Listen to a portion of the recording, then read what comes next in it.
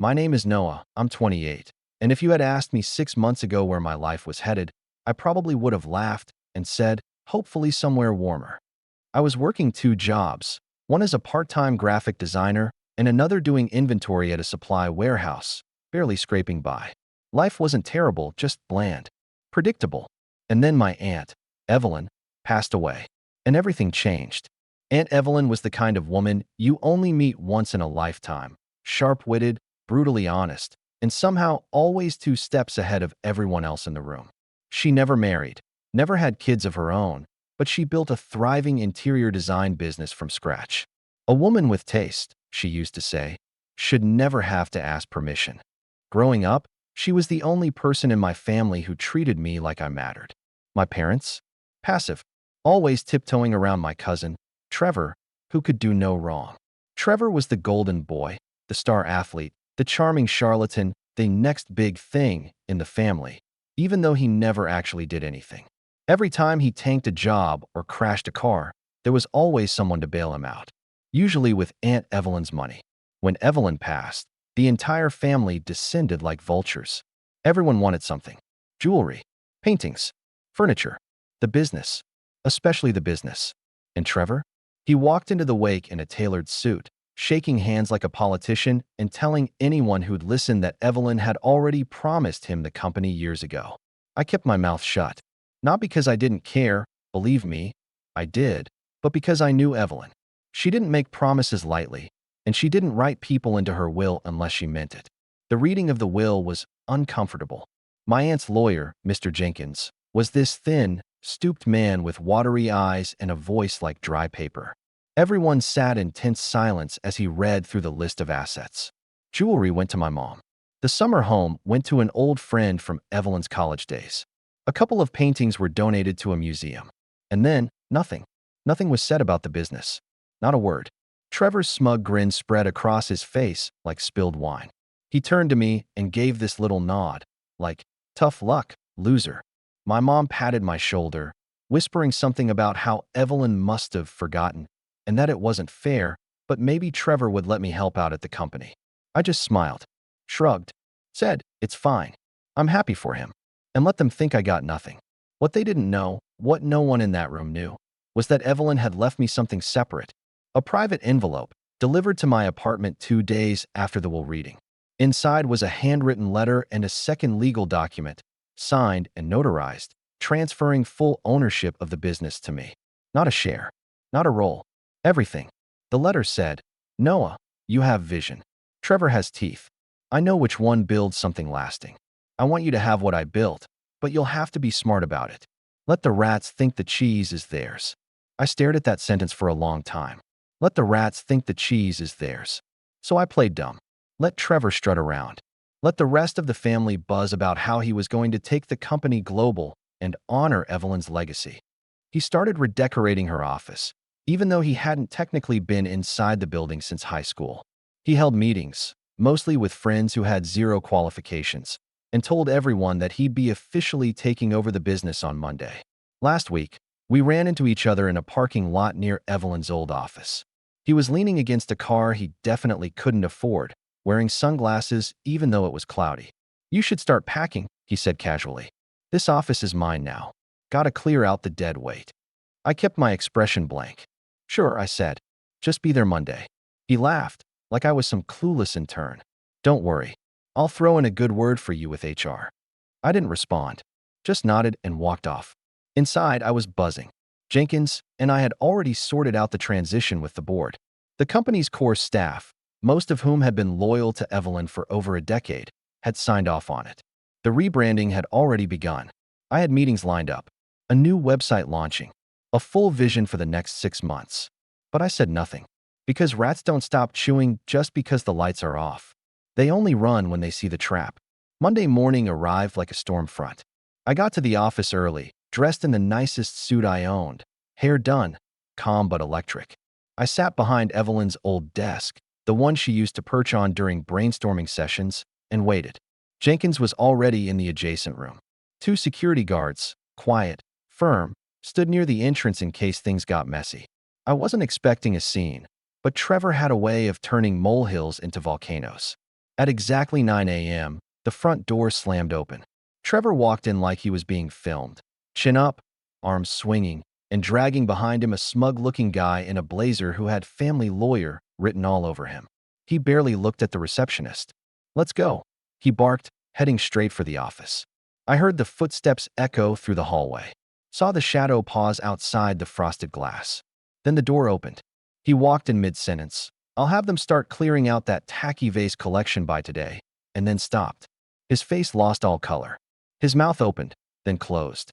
His lawyer took a step forward, confused, until he looked past Trevor and saw me, sitting comfortably behind the desk, papers spread neatly before me, Evelyn's framed portrait hanging just above my shoulder. I folded my hands. "Morning," I said. "You're early." Trevor blinked like he'd just been hit with a splash of cold water. His eyes flicked from me to the desk, to the chair he thought would be his, and then to the file folders labeled with projects he probably couldn't pronounce. He opened his mouth, then closed it again, jaw tightening like he was chewing gravel. The lawyer at his side leaned in and muttered something under his breath, probably asking who I was or why Trevor looked like he'd just swallowed his own tie. I didn't move. I let the silence hang. "Why are you?" Trevor finally managed, gesturing vaguely at the desk like it had betrayed him.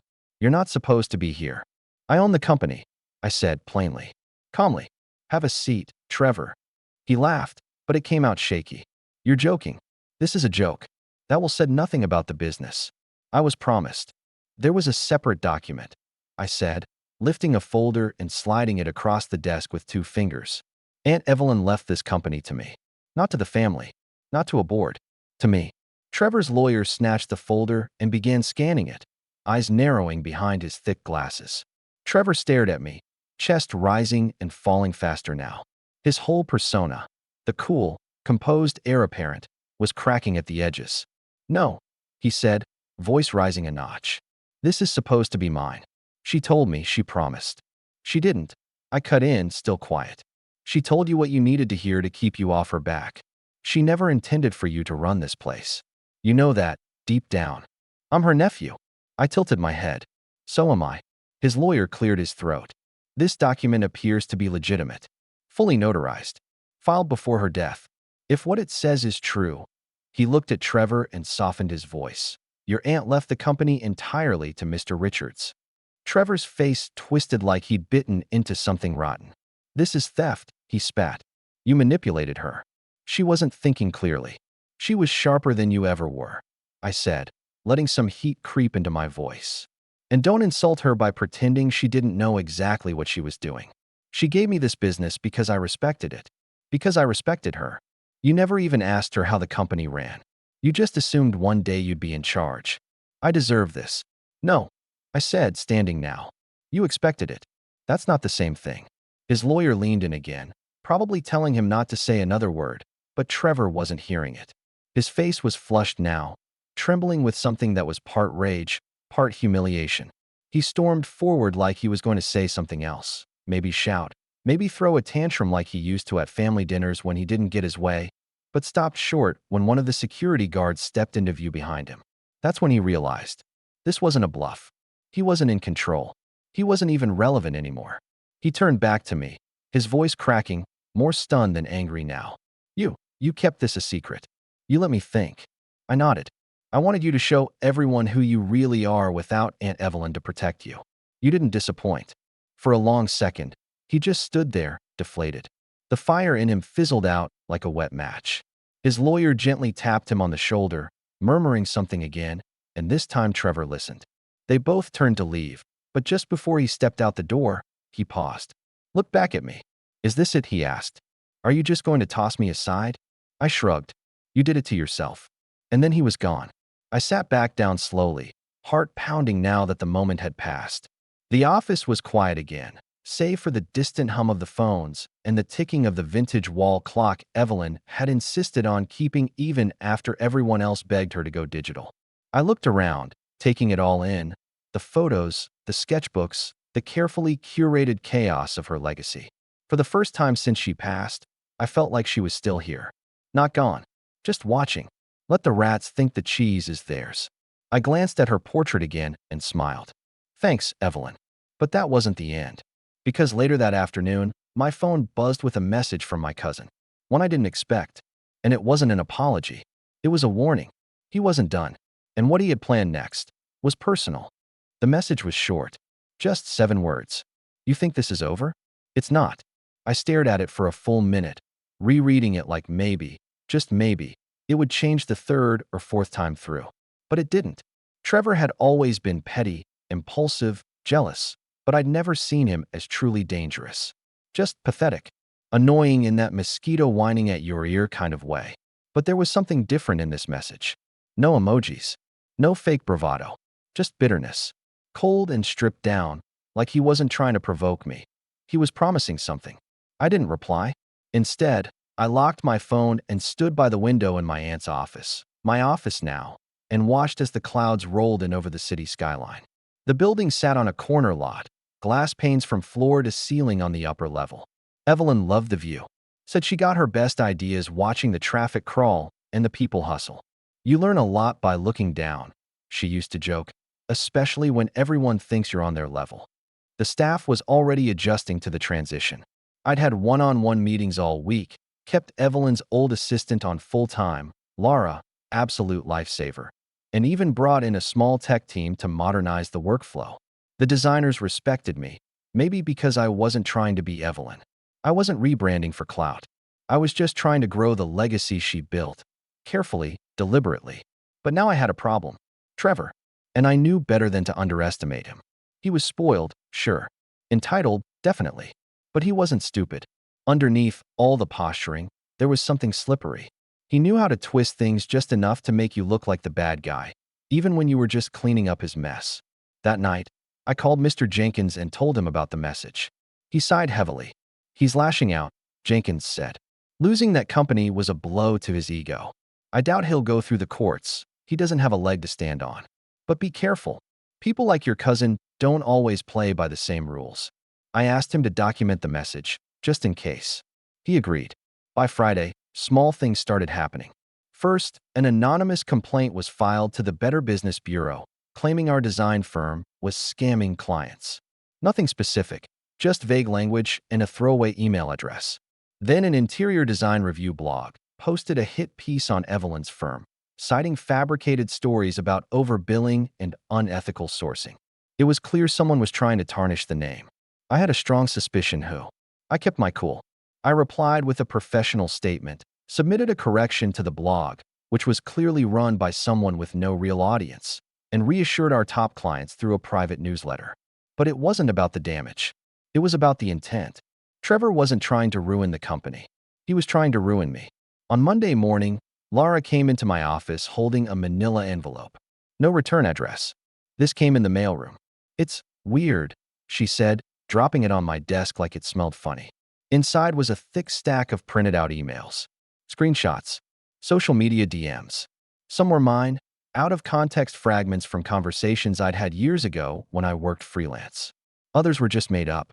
Fabricated threads that made it look like I'd stolen ideas from past clients, mocked their taste, even joked about overcharging.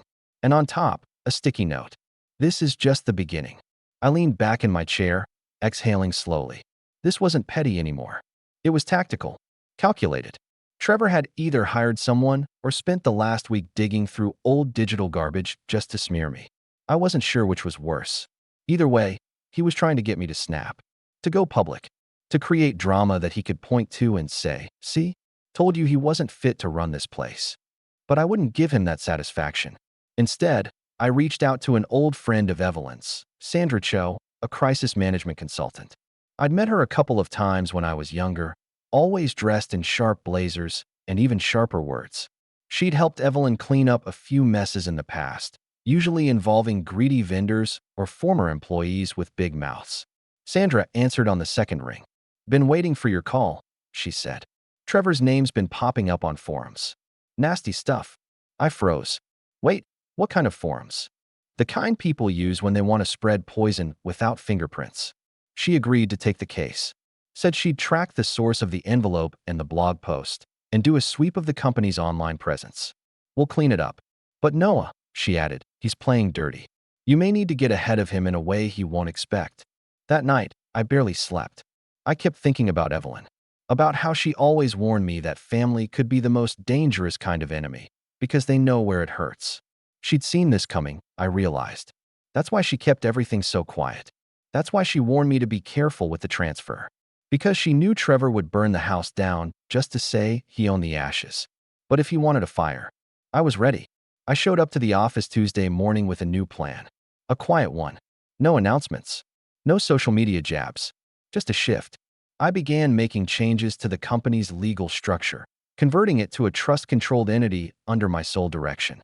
Sandra helped me lock down everything, from client data to brand assets to internal communications. And then I started looking into Trevor. Not out of revenge. Not yet. But something told me he wasn't just bitter. He was hiding something. And when I found it, it would be my turn to show up at his door. I spent the next 2 weeks digging. Sandra had access to databases I didn't even know existed. Legal archives, company registries, private investigator networks. Between her and a couple of freelance cybersecurity consultants she'd worked with before, it didn't take long before the cracks in Trevor's facade started to show. It started with a trail of suspicious invoices. Apparently, Trevor had attempted to start his own interior design consultancy about 2 years before Evelyn passed. It failed badly. He funneled tens of thousands of dollars into marketing, flashy office decor, and paying friends to act as clients to leave glowing reviews online. But he didn't actually know how to design anything. Every portfolio piece on his website was either lifted from Pinterest or modified versions of Evelyn's firm's past work. Eventually, a client caught on. Then another. He got hit with a small claims suit. The company folded within 6 months. He never told the family.